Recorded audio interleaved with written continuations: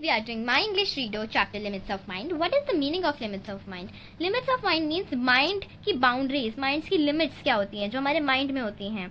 Long ago, a little boy called Eklavya was born in a poor family. बहुत समय पहले एक छोटा बॉय, उसका नाम था एकलव्य, वो जन्म लिया एक पुअर फैमिली में. His family lived a little away from Hastinapur, the capital of Kuru Kings. उसकी फैमिली हस्तिनापुर से थोड़ा सा ही दूर रहती थी और हस्तिनापुर कुरु किंग्स का कैपिटल था. They were shunned by the society because they belonged to a low caste.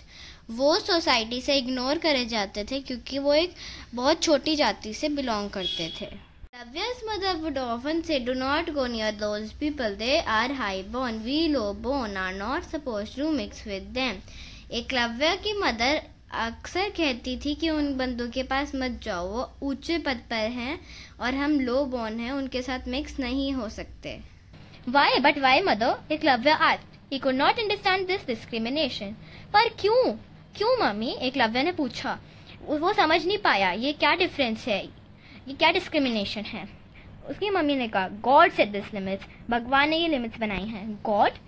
But why God would want nice things for them and bad things for us? Hasn't God made us all equal? तो एकलव्य हैरान होकर कहने लगा, भगवान ने उनके लिए अच्छी चीजें और हमारे लिए गंदी चीजें क्यों सोची हैं? क्यों चाहते हैं भगवान ऐसा? भगवान ने सब इक्वल नहीं बनाया, सब एक जैसा नहीं बनाया. She sighed. I don't know, but there are bounds we can't cross. उसने नीचे सिर करा और उसने कहा, मेरे को नहीं पता, पर ये बाउंड्रीज हैं जो कि हम क्रॉस नहीं कर सकते. हम इन बाउंड्रीज के बाहर नहीं जा सकते. Eklavya became quiet. From that day, the only important thing for him was to understand the meaning of limit. Eklavya चुप हो गया. उस दिन से उसका एक ही लक्ष्य था, उसे मीनिंग समझना था, मतलब समझना था लिमिट्स का. लिमिट का क्या मतलब होता है. One day, Eklavya saw beautiful chariots coming into the forest near his village. He saw boys of his age getting out of the chariots. Last, an old man with snowy white hair came out, looking stern but calm. Eklavya heard his father's voice. Those are Kuru princes, with the great teacher Drona. The boy he had just patted is his favorite, Arjuna. They have come to practice archery. Don't go near them. एक दिन एकलव्य ने देखा कि बहुत सारे सुंदर रथ आ रहे थे फॉरेस्ट से उनके विलेज के पास. उसने देखा कि उसके एज के ही बॉयज, उसके जितने ही बॉयज बाहर आए उन रथों से, और लास्ट में एक बूढ़ा व्यक्ति जिसके स्नो के जैसे बिल्कुल व्हाइट हेयर थे, जो कि बिल्कुल स्टर्न देख रहा था, कॉन्स्टेंटली देख रहा था, पर काम था वो. एकलव्य ने फिर अपनी फादर की वॉइस सुनी. उसके फादर कह रहे थे वो है कुरु प्रिंस, वो कुरु प्रिंस है. With the great teacher Drona, आपने द्रोणाचार्य का नाम सुना होगा. The boy he has just पैटेड, जो जिसकी पीठ थपथपाई है उसने अभी, वो है उसका फेवरेट प्यूपिल या फेवरेट स्टूडेंट अर्जुना. वो यहाँ पर तीरंदाजी प्रैक्टिस करने आए हैं, आर्चरी खेलने आए हैं, प्रैक्टिस करने आए हैं, उनके पास मत जाना. The boy started shooting with bows and arrows. What amazing things Arjuna did! He could shoot at a target with closed eyes. He could shoot with his left hand as well as the right. And the teacher Drona's arrow made fire, chased things in circles, brought rain and lightning. It was magical. फिर boys ने शुरू कर दी तीरंदाजी करनी. इतने amazing shots arjuna कर सकता था, इतने अमेजिंग तरीके से खेल रहा था. वो अपनी आंखें बंद करके भी एक टारगेट को शूट कर सकता था, एक लक्ष्य बना सकता था, अपना लक्ष्य पे अच्छे से मार सकता था निशाना. और वो अपनी लेफ्ट हैंड से भी राइट हैंड जैसा ही खेल सकता था. और टीचर द्रोणा के जो एरोज थे उन्होंने फायर बना दी, चेज इन द थिंग्स, उन्होंने थिंग्स चेज करना शुरू कर दिया इन सर्कल्स. रेन ब्रॉड करी और लाइटनिंग करी, ये बहुत जादुई लगा उसे. The practice ended. Eklavya went up to Drona and with folded hands said, great sir, please teach me this magical art. जब प्रैक्टिस खत्म हुई तब एकलव्य द्रोणा के पास गया, जो उनके गुरु थे. ये देखिए एकलव्य यहाँ पे देख रहा है और उनके गुरु सिखा रहे हैं, ये अर्जुना है. वो गुरु द्रोणा के पास गया फोल्डेड हैंड्स के साथ, हाथ जोड़कर, और कहा, ग्रेट सर, इतने महान सर, प्लीज मुझे ये मैजिकल आर्ट, जादुई आर्ट सिखाओ. I don't teach low born, Drona replied rudely और कोल्डली एंड टर्न्ड अवे. फिर द्रोणा ने रिप्लाई करा उसे. द्रोणा ने कहा कि मैं लो बॉर्न को टीच नहीं करता, मैं ऐसी लो कास्ट को टीच नहीं करता, मैं छोटे पद को टीच नहीं करता हूँ. और वो वहां पे रूडली रिप्लाई करके चला गया. Master, your arrows don't seem to mind any limits. They bring rain and fire. They do wonders.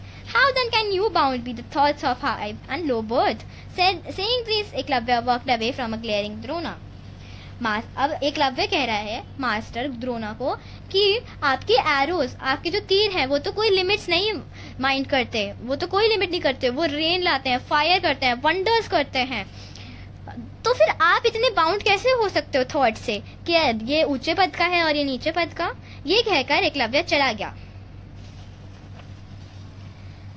The very next day, Eklavya carved a statue of Drona from a tree trunk.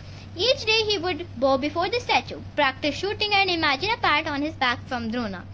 अगले ही दिन एकलव्य ने shape करा एक statue Drona का। द्रोणा जो गुरु थे, क्योंकि उन्होंने मना कर दिया था, एक ट्री ट्रंक से उन्होंने उसका स्टैचू बनाया और उस रोज उसके साथ प्रैक्टिस करने लग गया, उस स्टैचू के साथ शूटिंग। और वो सोचता था कि गुरु द्रोणा ने उसके पीछे भी एक पैट दिया है on his back. The royal prince and the master came to the forest again after a few months. As Arjuna got ready to take aim at particular difficult target, an arrow reached the target before he could even aim.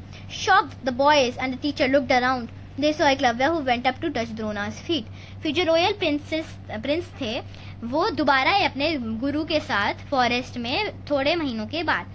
Arjuna जैसे तैयार हुआ M करने के लिए एक बहुत मुश्किल target पर, एक पहले ही एक तीर उस टारगेट पे जाके लग गया और सब शॉक हो गए और टीचर और वो बॉयज इधर उधर देखने लगे। तब उन्हें दिखा कि एकलव्य दिखा कि वो द्रोणा का फीट टच करने वाला था। द्रोणा फिर हैरान हो गया। Who is your teacher? Drona asked. Eklavya quietly led him to the statue.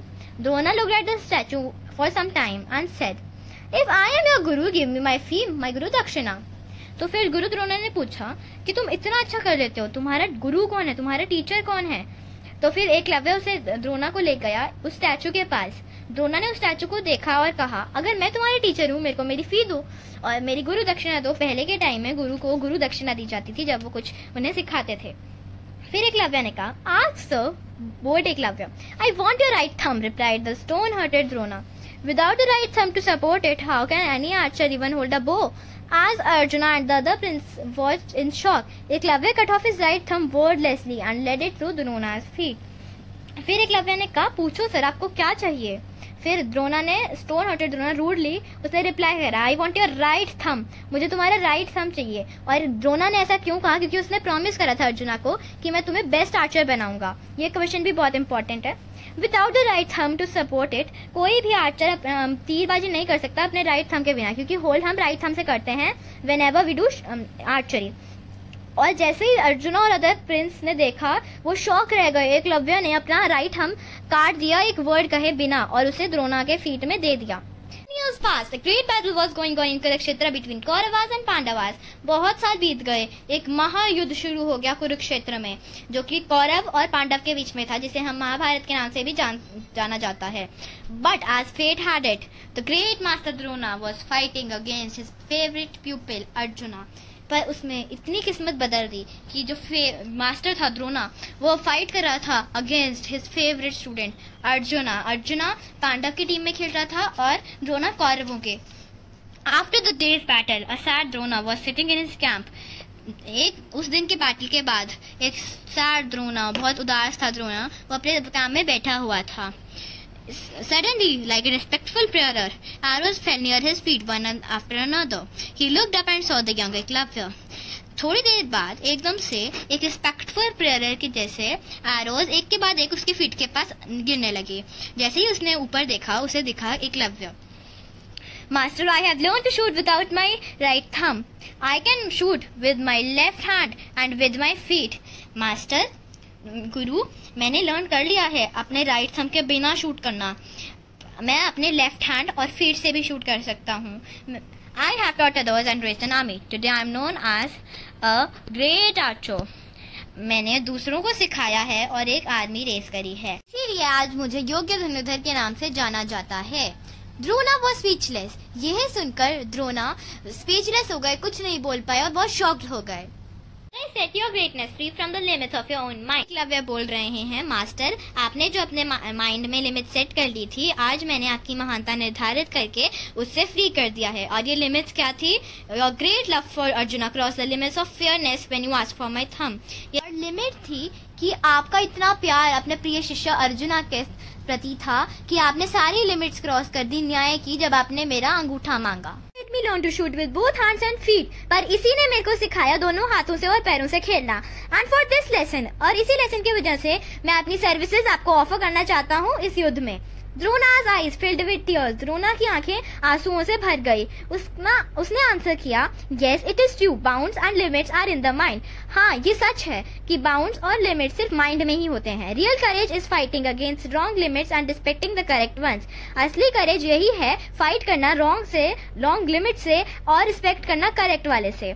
Eklavya, you have taught me a great lesson today. Eklavya, तुमने आज मेरे को एक बहुत अच्छी शिक्षा सिखाई है। Thank you so much friends, ये चैप्टर आपका खत्म हो चुका है। अगले पार्ट में हम करेंगे इसकी बैक एक्सरसाइजेस।